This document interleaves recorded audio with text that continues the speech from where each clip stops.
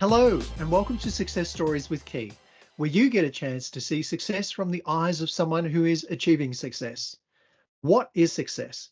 Success means different things to different people. I'm interested in hearing from these people to find out about their achievements, their challenges, and their keys to success. This week, I have the honor of speaking with Glenda Birch. Hi, Kay. Thanks for having me. It's amazing to have you here.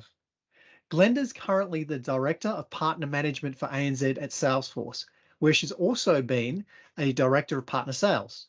Prior to this, she was at DXC Technology, where she was the Managing Partner of the Salesforce Practice.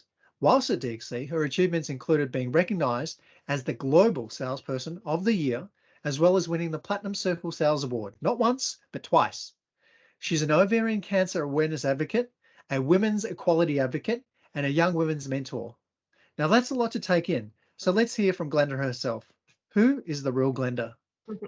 Thanks, Kay. Well, the real Glenda, outside of all of that sort of stuff, I'm just a woman finding her way here in life. I'm actually a Kiwi who grew up in Perth and now lives in Melbourne with my husband and my two kids who are fur children, blue English staffies. And where you find us on the weekends is out exploring, walking, and having what we call our birch adventures with the two fur kids. That's so cool. Thanks for sharing. So let's jump straight into it. What are some of your proudest achievements? So, from a professional sense, probably my most proudest achievements have been my two promotions. So, when I got awarded managing partner at DXC Technology, and just recently here at Salesforce, having a promotion to lead one of our partner management teams. And then inside of that is the sales awards that I won prior to getting into the Salesforce ecosystem. And then personally for me, my proudest achievements would be what my husband and I have created together for our life, and feeling comfortable and living a fun, fulfilled life. And then also the work that I've started to do in recent years with Ovarian Cancer Australia, and really becoming a voice and advocate for women across Australia. Wow, that's amazing. I'd like to delve into that a bit more. Why are you proud of these achievements?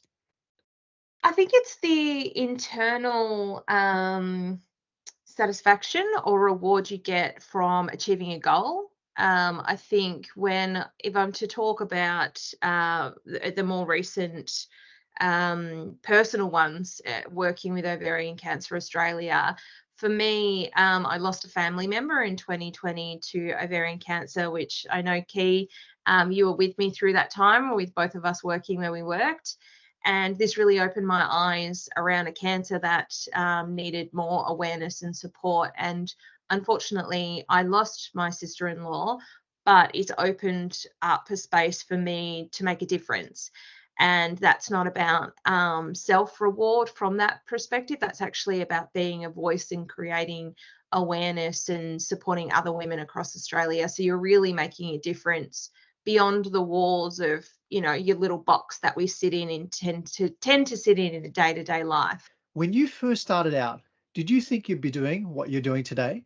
Oh, no, no, no, no, no, no, not at all. I started out in the health industry as a junior medical receptionist, and here I am now, what, 20 something odd years later, working for one of the largest technology companies in the world.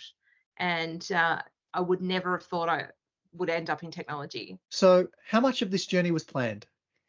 None of it was planned. I can remember the phone call I made back in, I think it was late 2011 or 2012.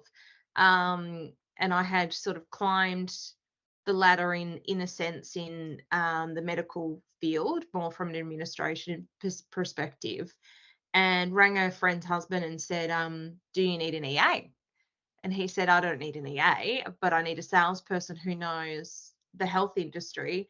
You know health and you have a personality. I reckon give it a go and see what happens. So went and got the interview, got the first job, and sort of the rest was history. I think the elements that were planned, and I say planned very, very loosely as I say that word, is when I was probably about a year into my first sales role in the health industry, and realized, I guess, the corporate space I had stepped into and potentially what my life could look like if I really wrapped my arms around this opportunity.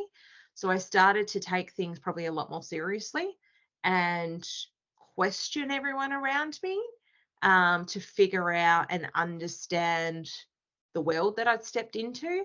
So I guess you can't say that was planned, but maybe my eyes, I opened my eyes to the opportunity that I had walked into. You also mentioned that there were some challenges to get to where you are now. Can you please share with me some of these challenges that you've experienced?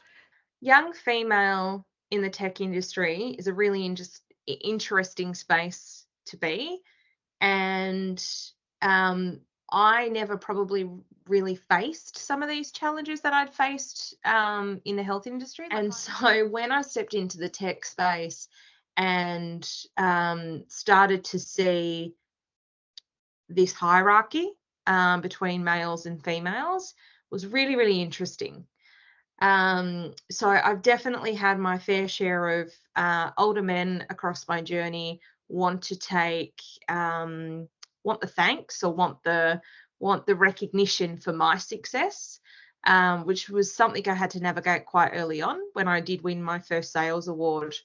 The other piece that I always used to face, and it's funny as I sit here key with you today with copper red hair, I used to get told by older men once again that because of the color of my hair, I would never get taken seriously. So I've always been one to live out my personality through my hair color. I think I've never had the same hair color longer than a year, which is really interesting.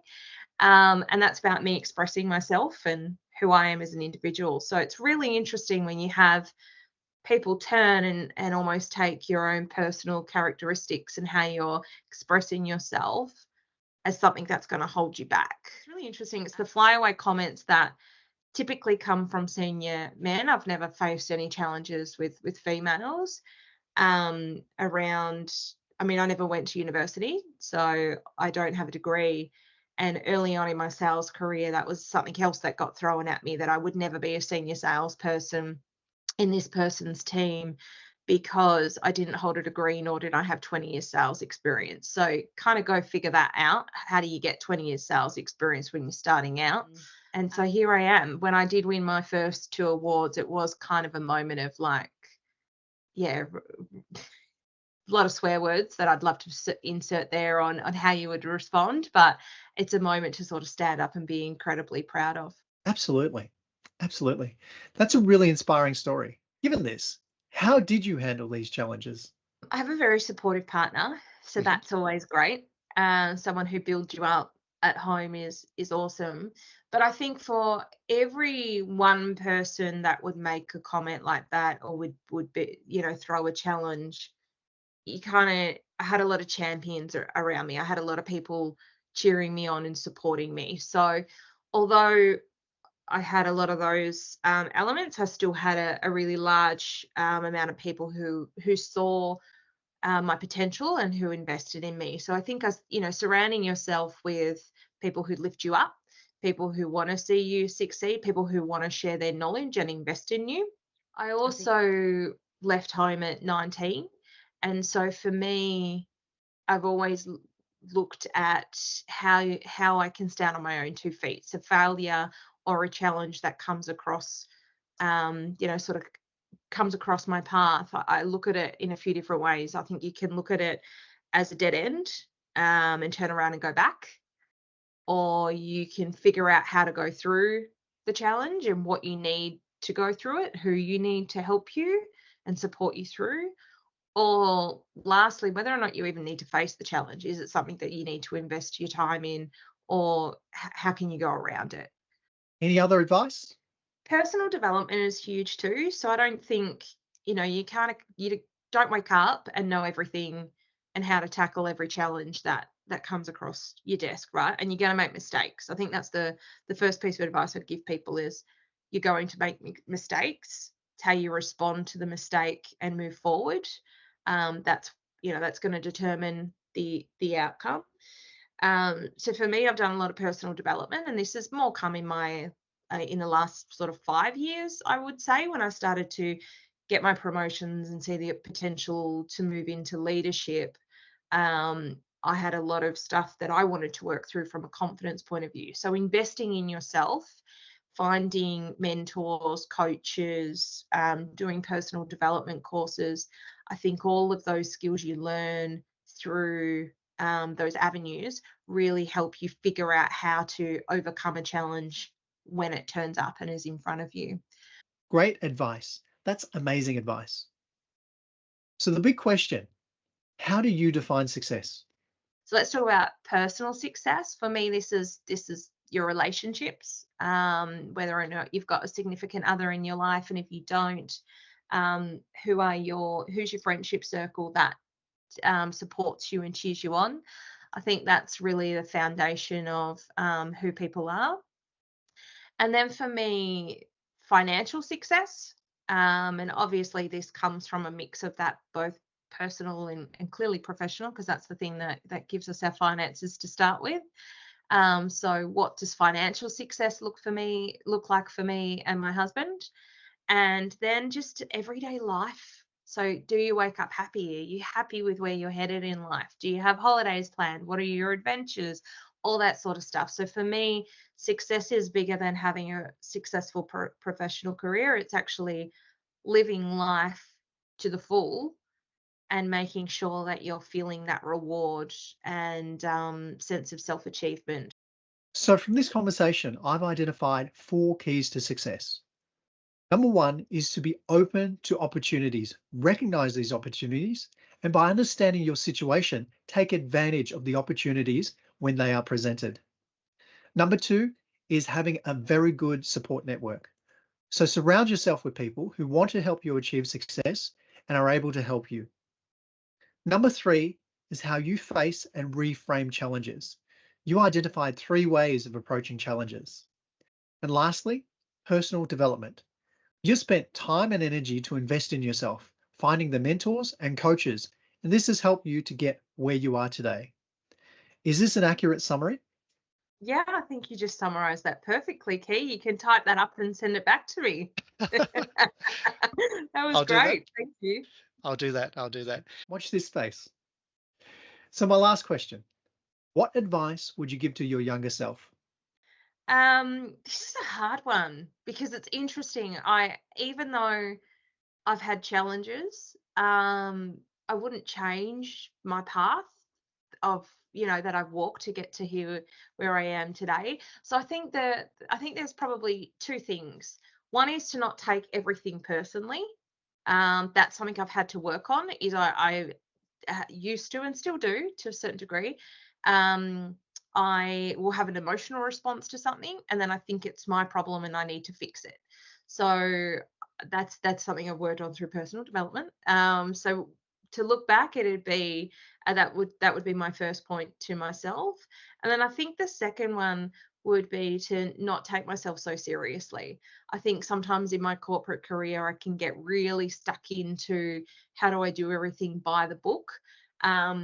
I've loosened that off as I've got older, but in my very early days, and I think it's maybe coming through, the path that I did come through, I was very serious. And so I think I'd look back and say, have a little bit more fun. Great advice to finish on. Thank you so much for your time and thank you for sharing your amazing experiences. You've given me a lot of food for thought. Thank you for being here and having this conversation with me. Thank you for having me, Key. It's been fun to chat about these sorts of things and a great way to remind us of the journey that we take as well. If you've found Glenda's story useful, please like, subscribe, and share this with your friends. Follow Key to Success so you can benefit from my learnings as I undertake my own journey to success.